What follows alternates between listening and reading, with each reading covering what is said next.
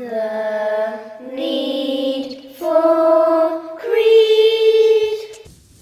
The Kurgans were an ancient people from the steppes of Russia. For amusement, they tossed children into pits with hungry dogs to fight for meat. Rabbis in Medina posed questions to Muhammad, peace be upon him, that only a true prophet could answer in a bid to admonish him. One was, tell us of the young man who traveled to earth's west and east, yet the Quran's response was astonishing. After Nimrod's reign, a pious king arose whose father was from Yemeni Tababia royalty and mother from Greece. He once presided in the case of Bir Saab or Bir Sheba wells, where he judged in favor of Prophet Abraham, upon him be peace. He was so impressed by Abraham's pure monotheism that he embraced it and walked to do Hajj alongside his horse. For showing humility, Abraham revealed that Allah would enable Dhul Qurnayn to master the winds and their course. Allah gave Dhul Qurnayn, or the two-horned one, the means to conquer the world, including armies, wealth and skill. His empire spanned the horns of the sun, east to west, and he sported horns, or braids, on his head to fit the bill. At the offset, it's clear from the Quran that Dhul Qurnayn was a humble, pious monotheist in a time before Jews. Many have wrongly assumed him to be Alexander the Great, Cyrus or Darius, but they all fail if history is pursued. For example, Alexander called himself the son of Zeus, set up idols, and had illicit relations unworthy of accolade, and the others were fire-worshipping Zoroastrians, and even if they shared similarities, none can match his grade. Only 4 kings have ruled the entire earth. 2 evil, Nimrod and Nebuchadnezzar, at a time when records were scant. 2 were good, Prophet Solomon and Dhul Qurnayn, peace be upon them, and in the near future such a rule to Jesus will Allah grant. Dhul Qurnayn's military advisor was Al-Khidr or Melchizedek, a righteous prophet whom Allah gave a life extended. After Abraham rescued Lot, peace be upon them both, from his captors, he gave a portion of war spoils to Khidr, who blessed him as intended. Khidr had drunk the water of life and turned dried vegetation into lush greenery, from which is derived his name. He is also the one who taught Moses, peace be upon him, is listed as a Sahaba and may be the youth who exposes Dajjal's end game. Firstly, Dhul Qurnayn headed west towards Al-Ayun and the Al-Halidat or Canary Islands by the Atlantic Ocean. From Dhul Qurnayn's perspective, it seemed as if the sun set in Hamia or murky boiling water in fetid commotion. Some joke that Muslims believe the sun actually sets in water, but the Quran states the sun has an orbit in space. In fact, the Canaries were volcanically active 4,000 years ago, forming Lanzarote's caves by steam in the lava face. There he came across a people where Allah tested his leadership, giving him the decision to punish or kindly treat. Wisely, he gently guided the good, but punished the wrongdoers, who'd also be punished in hell in subjugated defeat.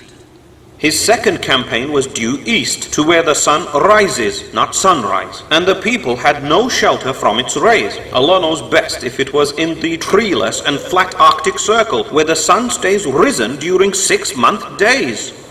Indigenous subarctic tribes used to seek shelter in igloos and trenches and caught fish, as scholars elucidated, but Allah knows best if it was the ancestors of the Inuits or Eskimos whom Dhul Qurnayn empowered and placated.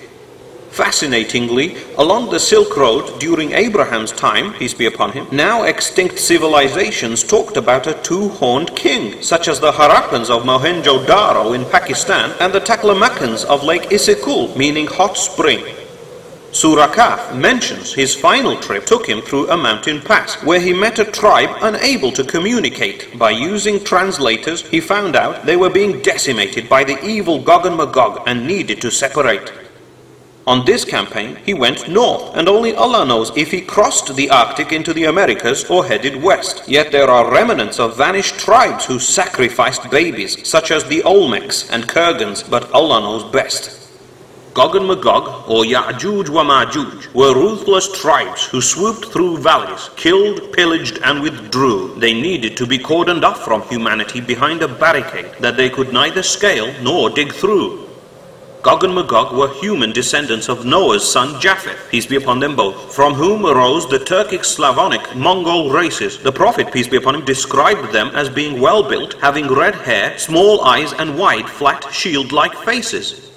They asked him to build a barrier, to dam the hordes for payment, but he said Allah had already enriched him well. He only required their manpower, and being the first ever person to shake hands, his diplomacy made the team gel.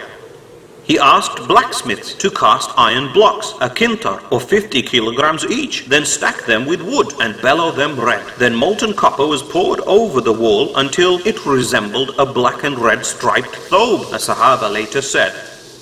Barriers built to lock out Mongols and Tartars have been confused with Dhul-Qurnains, such as China's Great Wall. Others include the Alexander and Caspian Gates, Pass of Dariel and Derbent, but none match the actual one at all.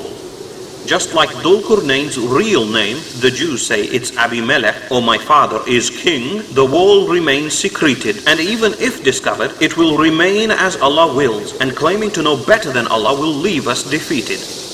In error, some say the wall is in ruins and Gog and Magog are Khazars Jews, but against the Sunnah is such a view. Allah said the wall is a mercy and will remain intact until the undefeatable Gog and Magog swarms break through. A clear proof is that Allah will tell Jesus to climb Mount Sinai to avoid people against whom none will be able to fight, and Hadith reveal at that time Jesus would have destroyed Dajjal and his followers, and the Sunnah guides aright.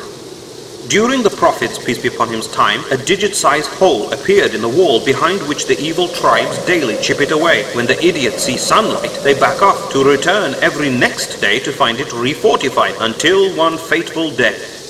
It is really a mercy that Yajuj and Majuj don't carry on digging when they see sun rays or work during the night. But when Allah intends, one will say, we'll break through tomorrow, inshallah, and wreak havoc and global blight.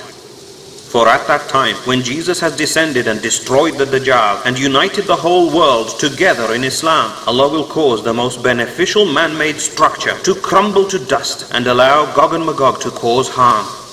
They will surge like crashing waves, swarming stealthily from every mound, pouncing upon any believers they see, free from their barrier, vengeful and vile. There are so many of them that they will drink dry the Sea of Galilee. Cynically, Gog and Magog are touted as the protectors of London and paraded in the mayor's show as traditional fun. Yet when the barbarians are really let loose and begin their indiscriminate killing spree, in horror they'll be undone. After killing many land-dwelling people, they will hurl spears skywards that will return with blood and then exclaim, we've even killed the inhabitants of the sky. Allah knows best if they are jinn UFOs or man-made aeroplanes. Only the fortified will survive, and 12,000 or so with Jesus, peace be upon him, will climb Mount Sinai or Tur near Tabuk and hold out. Jesus will then beseech Allah, and he will send neck-burrowing worms to destroy Gog and Magog as if in one shout. A brave believer will scout them and be delighted to find them all dead. Allah will then cleanse the earth with rain. He will send huge birds with necks like camels to remove their corpses, and thus will begin Jesus' glorious reign. The believers will use the bows and arrows of Gog and Magog for 7 years as a means of fuel, heat and light. Allah's reign will cause miraculous yields of livestock and fruits, and such a peaceful world will be a beautiful sight.